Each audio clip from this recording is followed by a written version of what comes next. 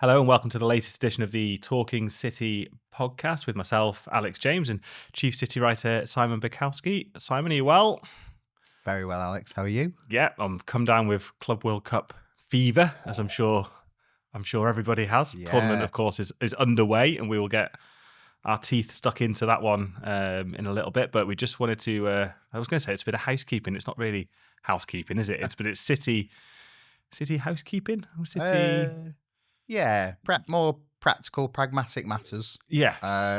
Tickets, cost of living, and all that. Yes, which is something we've done. We the MEN, but you personally have done plenty on in recent weeks and months, quite rightly so. And we've seen sort of the impact of, I guess, the negative publicity that City would see it as, but the sort of fight that the fans have carried and the protests have obviously been semi-frequent over the season, and it's resulted in some positive change.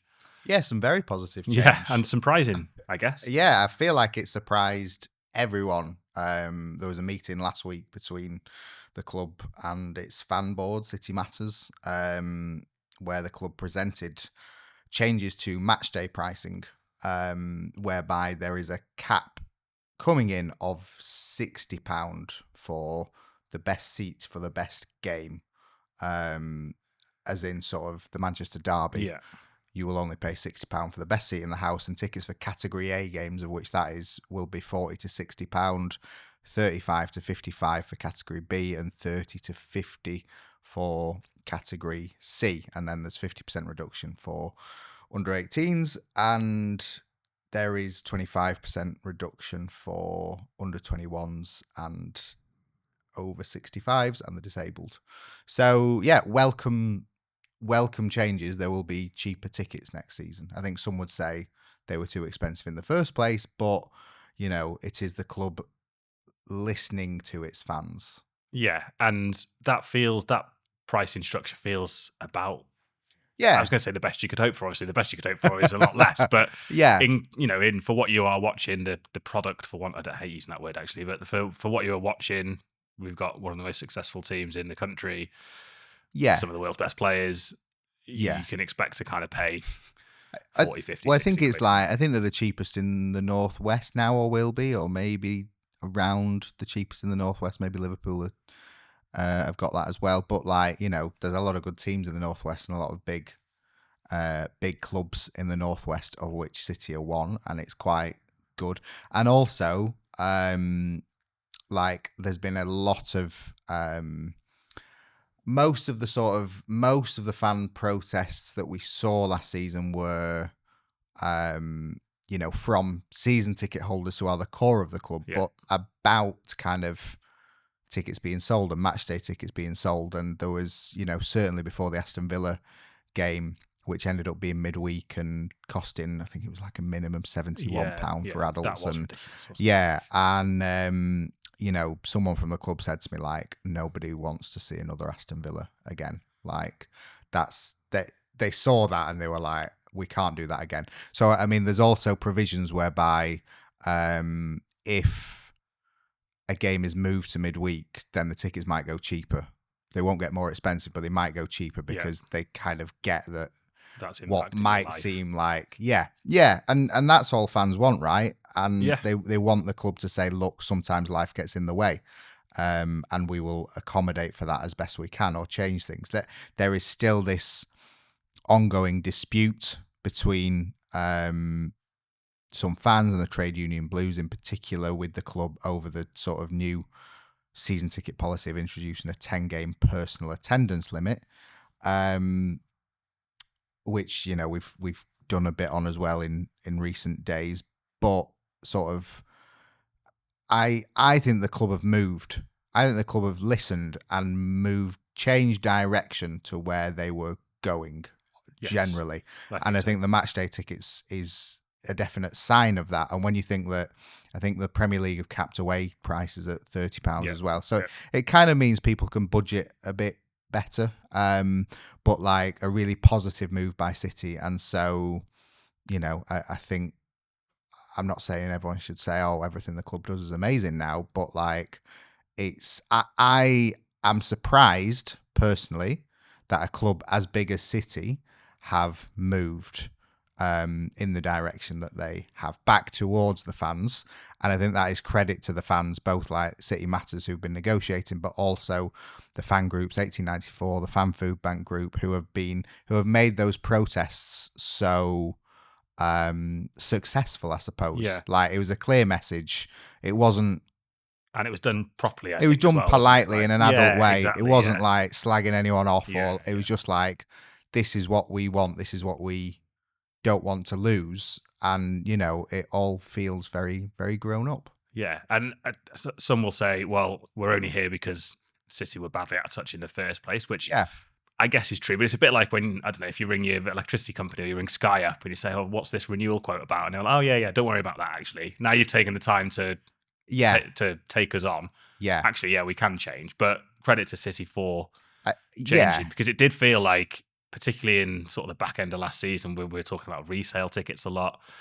There was tourist fans there were away fans in home ends on resale. It did feel like the train had left the station and it was off. Yeah, and you wouldn't get it back. At that point. You wonder, like, you know, has something been lost? Has the club moved away from its core fan base or things like that, and modern football and all this? And I think with big organisations, you tend to assume the worst. Yeah. And I think fans did start assuming the worst about City and their motives, and thinking, oh, they just want to get rid of all season ticket holders and make as much money as possible from wherever that comes from. Yeah, and, you know, and I think there were and are some valid concerns, but what I also think is that City have moved back from that, and I think a lot of the worries or complaints around this 10-game attendance limit are based on thinking the worst possible view of the club, and thinking, well, they want to get rid of all of our tickets and want to sell them on to people who are going to come to the hotel and do all this. And actually, like,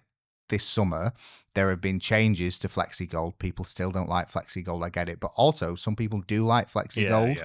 And have like snapped up the tickets that are on sale this summer that can be turned into the traditional season tickets. Like, a lot of the requests that both City Matters and the fan groups had about kind of making pricing more affordable, offering a route back to season tickets, changing the worst bits of the Flexi Gold, even if they've not got rid of them entirely. Like, the club have moved on it, and, you know, the City chairman was pretty strong in his view in his end of season interview, where he said he did not like what had happened and he did not like the situation that had unfolded, in the way that, you know, City were embarrassed really by the size of the protests and how successful they were. And, you know, you should be embarrassed if your core fans feel that way. And, you know, the chairman's words were only going to be matched by, or not by, the actions that the club take. But I think it's a very promising start. Yeah, and, like, I mean, you and I are football fans. We might go and watch whoever, and you can't blame any football fan for thinking the worst either, I don't think, because you get such a raw deal. The prices, relatively speaking, are high. I know they're not as high. I know you can point to the NFL and say you'd pay 300 quid for a ticket if you were, you know, an Oakland Raiders fan or whatever. And then you get no notice of games for 4 weeks, 6 weeks, whatever it's supposed to be. It's supposed to be a certain amount of time for Premier League games. It never is that time. Then they might change. Then there'll be an FA Cup game that changes it, and you'll be in an either-or position, and you're not sure if you're going to Bournemouth or not on a Saturday or a Tuesday or a Monday or whatever it is. So you can't blame fans for thinking, where do we go from here? So I was surprised when that, especially, what was it, 40-odd% or something? 43%, I think, reduction for like that's the a top huge figure, isn't it? Really? Yeah. I think that so that's kind of like category A games. So the top bracket, the move to £60, I think, is a 22% reduction. The move to 40 for the cheapest is a 43% reduction. I might have that the wrong way around, but I think that's right. So, like, it's just, it's just good, I think. It just feels like good community club work all round. Yeah. Supporters making points in the right way at the right times to have the right impact, and City then taking all that on board. And as you say, they don't really have to. No, they don't. That's the thing. Like, there is no reason why they couldn't say, well, we want to maximize every pound we can get. And it's we've said all along, it's a small piece of the pie compared to commercial and Yes. compared to broadcast and competition money and things like that. And I was speaking to Kieran Maguire about it, the football finance expert, and he was like, they sort of get 70 million a year from match day revenue for the season. They'll get 50 to 100 million for the Club World Cup. So like, they don't need to do it. Yeah. But just because they don't need to do it doesn't stop a load of other football clubs Exactly. from doing it in the first place. And the thing is as well, it's a small amount of money, relatively speaking, but it probably is the thing that has the biggest impact on. Obviously, if you're a supporter, it's going to have the biggest impact on you because you are the supporter who therefore is paying less money every week. But the kind of overarching narrative, I guess, that it has a big impact when you're capping supporter prices. Yeah. Much more than it would if, I don't know, the hospitality went down or they made a saving somewhere else to please another demographic. Yes. Yeah. I think everyone sees it and everyone feels it. And also, it's this kind of recognition as well that people are in different positions, because there would be a temptation, one of the first responses to the thing was like, why haven't they reduced season tickets by 43%? And it's like, yeah, right, okay. But like, they have to cater to different people. And on this stuff, like with the 10-game attendance limit, we got some figures that like 1,200 season tickets last season, the people who own the tickets didn't attend any games, and like 3,000 attended fewer than 4. And these people probably aren't going to like Sunderland and Burnley. They're just buying a season ticket to go to United, Arsenal, Liverpool. Yeah. And it's like, does anybody want that? Like, I can say, fair play if you think I am going to pay a season ticket price just to attend 3 games. I couldn't stomach the money for that. But also like, there are a lot of people out there who want a season ticket to attend 19 games. Yeah. And I get that, you can't go to every game, but like, there are definitely people out there who are buying season tickets with the intention of going to no games, or the intention of going to just the 3 biggest or things like that. And you kind of think, well, should they get the tickets? Like, because there are loads of people who are desperate to go and cheer the team on. It's different from buying tickets for a concert or the theatre or something, isn't it? Like, because like, it's part of the contract of buying a season ticket that you will kind of support the team. And when everyone gets very upset when Pep says, I want more people in, or I want more noise, or this and that, and it's like, well, yeah, but you need to sort of sort out these people who aren't coming and have no intention of coming. Yeah, and it is a minefield because everybody's got different circumstances. Yeah.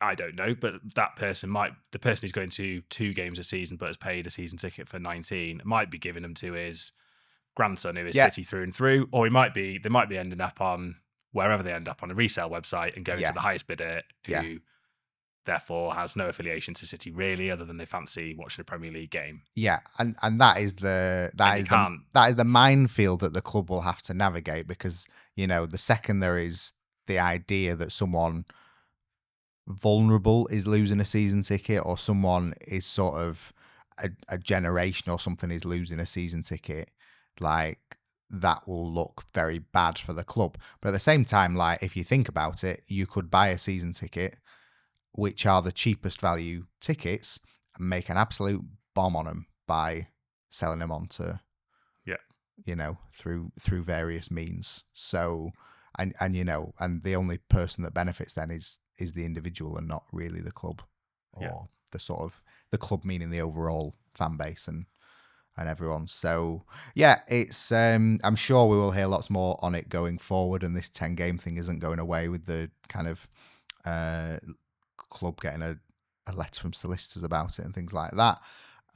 But very welcome news on match day prices, and hopefully a sign to the club from City fans of what the chairman was saying, that like, you can trust us at least a little bit more than maybe they could before, or felt they could. Yeah, absolutely. And as you said, and it would have been a neat segue if we hadn't then talked for another 10 minutes, but as you said, it's a drop in the ocean, relatively speaking, compared to what City will get from The the Club World Cup.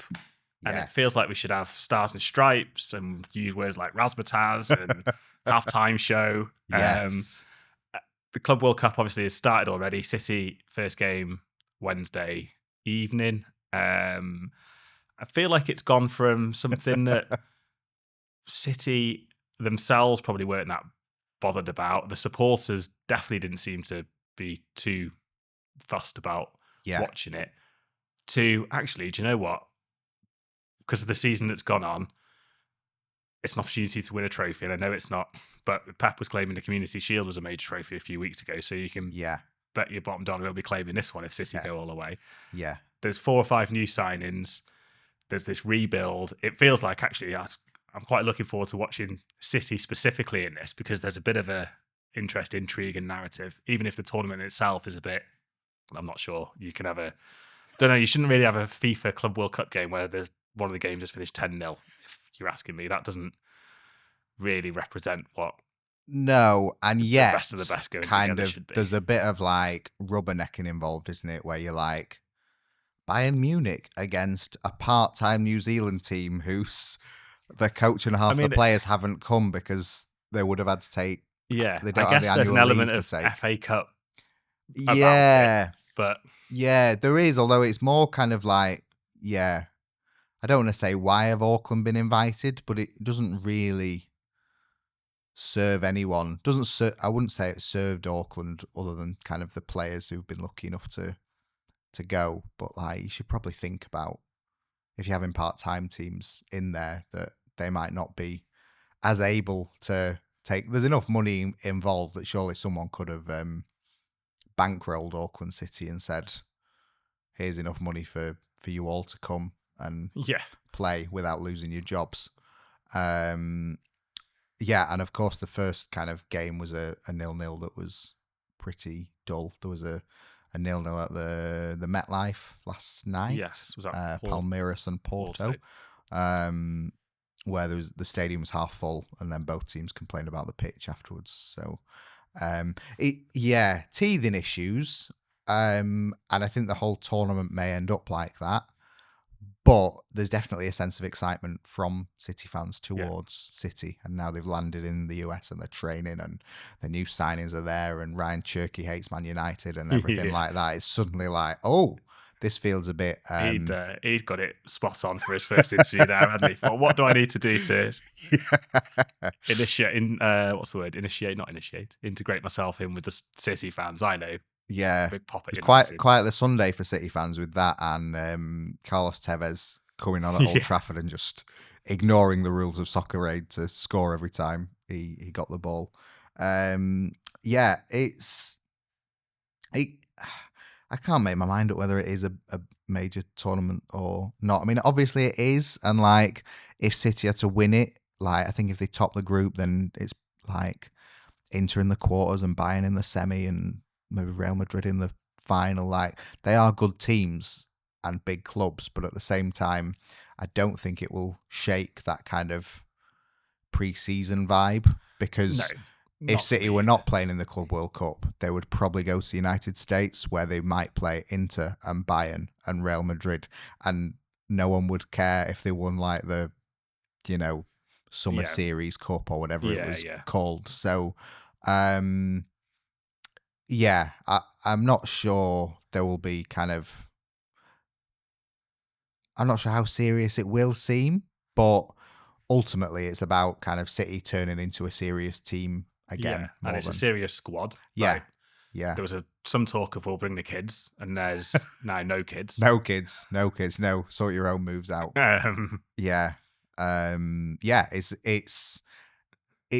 It's a squad that kind of screams new era, really. Like, a third of the squad has only come to City in the last 6 months, so it really is all changing. With we say 4 new signings, obviously Bettinelli kind of isn't that much of an impact, but Reinders and Ainuri and Cherkia are all here to kind of have an immediate impact. And yes, the intention is that they will get better under Guardiola, but they're all signed to sort of deliver instantly and be able to come into the first team instantly. And I think we'll see that. But then it's also interesting that, obviously Marmoush has settled very well since he came in January, but you've got Gonzalez, you've got Kusanov, you've got like Rodri coming back, there's and Bob coming back. There's a lot of players who kind of have something to prove, and we're expecting to see them better than they have been. It feels like City have kind of used the way they've started this window. They've almost thought, I've got to do the Club World Cup. But we've been able to get the bulk of the business, maybe even all the business done before that started. And we're now in a position where I know they are kind of, they're not, I know what you mean. They are competitive games, obviously, but they're not super competitive games, but they're a level above any kind of pre-season friendly fixture that City would be playing otherwise. Feels like they've gone, well, we'll use this to the best that we can now. Yeah. And we'll take all the big hitters, we'll get all our signings in, and we'll absolutely treat it so that come August, we are ready to go, and we're not faffing around trying to sign a couple of players and playing in a community shield and then going. We are maximising what we've got here already. And also like paid very good money for the signings, as we've talked about. Like there are loads of similarities to 2017 when they did a huge squad overhaul, and they paid not over the odds, but maybe over the odds. Things like 50 million for Kyle Walker and 54 for Mendy. Like they paid a lot of money to get those players in time for them to go to America, where they had very good facilities, and they trained together all as a team because there hadn't been like a major international tournament, and they all came together. And compared to the previous year's preseason where they'd gone to China and it had been a disaster, it was where everything came together, and that set the tone for the Centurion season. And I'm not saying they're going to get 100 points, but I think we will see City a lot better over the coming season because they've been able to have this summer. And also like quite like how, the families have gone out there as well, and it's quite like they are still able to have some downtime. Like it is a tournament and it is kind of like pre-season, but it's also kind of, well, I know you're here and you don't really want to be here, but when you're not doing what you need to do, you can still have a bit of you time and kind of have some of a summer. So, who knows how it's going to work, but it does seem like it's got the potential to work very well. And they've obviously got a squad capable of, they've clearly got a squad capable of winning the tournaments. You would imagine they will comfortably get out of the group, whether it feels like Juventus and City are going to finish. It would be some collapse from one or the other of those two if it wasn't those two finishing first and second. Yeah. And then for me, there's a bit of intrigue if City is to play, I don't know, Boca Juniors or a River Plate. That's kind of where, because I feel like City against Real Madrid, I've seen that game. It was a bit like that with PSG the other day. I feel like that game's been. Is that game not on every week? Sure, I've watched that recently.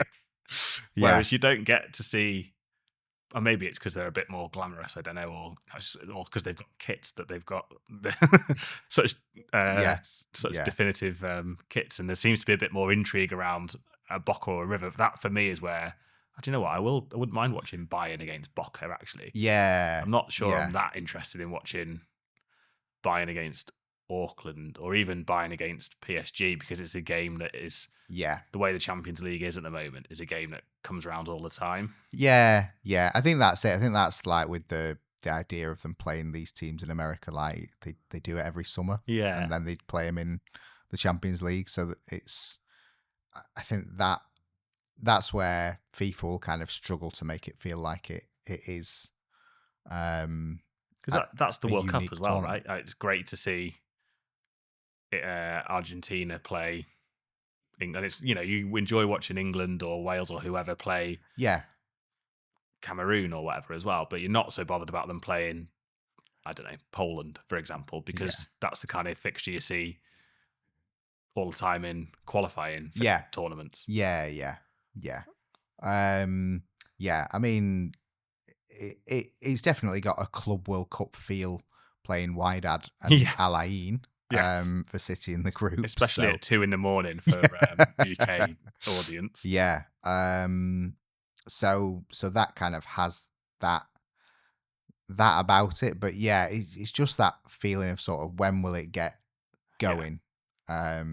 And maybe it won't, and maybe it won't, but there will just be certain games where you're like, wow, that was a good game. That's what I think. I think there'll be a couple of good games, and there might be, maybe Messi scores an absolute worldie in a game, and that Yeah, clip gets shared a lot, which is probably all FIFA want anyway. And maybe City versus Juventus is a belter, yeah, and there's a couple of other, I think, Bayern and Boca and Benfica, and it feels like there might be a good game in that yeah, group. yeah, Maybe Real Madrid get City in the knockouts, and everyone's talking about that game, but it's 4 or 5 games and 4 or 5 moments rather than you thinking, oh, what a spectacle that was. Because like yes, you sometimes do with a World Cup where you think, oh, what a World Cup. That was a great World Cup. But like, yeah, I and can't see the tournament as a whole. It's not going to take off in America. The stadiums aren't going to be full. no, and also it's kind of like human nature, isn't it? When people oversell things to us, it kind of Yeah. turns us off, and everyone's saying this is going to be the best tournament ever. This is going to be all the like. I don't know why they've not kind of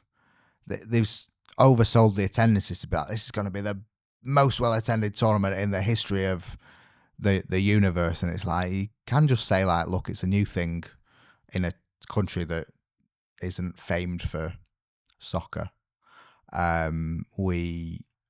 We're going to get really good attendances. And you're like, yeah, it was a really good yeah, that was a good attendance. Yeah, that was a really good one. Because I don't know the fan bases, but like Al Ain versus Wydad, will that be really well attended, or might there? I'm sure there's going to be at least one game in the tournament where Yeah. there are empty seats Yeah. galore. You're at sub 10,000. Yeah.